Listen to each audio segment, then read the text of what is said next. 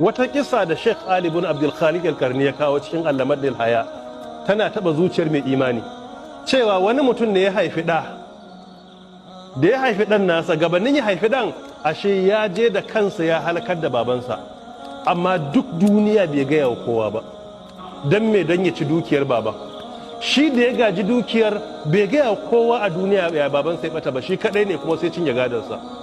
Me ke faruwa? sai haifi da ya nuna waɗannan dukkan gatan duniya, dan yayi wayo kawai ran nan sai ya uban ado, sai ya dora shi akan doki, sai ya tafi da shi jeji, suna ta tafiya da uban suna tare.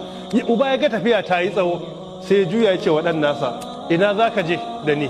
Aina tadhhabi? Ina zaka je da ni? Yace sa'afbahuk, zan yanka ka. Ya ce za ka yanka ni? Ya ce eh. Uban sai shiru sai ce wala tahsabanna allaha ghafilan amma ya'malu zalimun. Sai ya ce fal jaza'u min jinsil amal. In yanka na za ka yi, ya ce je ka can gindin sahara can wurin, matsa gaba kaɗan, a daidai can na yanka babana, duk duniya babu wanda ya sani.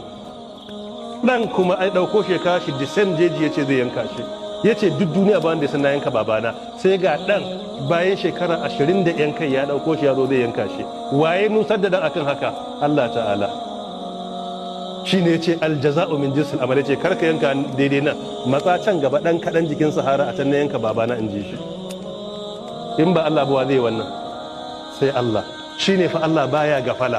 Duk abun da aka yi, ko shekara biliyan nawa ne Allah zai rubuta, ko a duniya a saka ko a lahira a yi sakamako.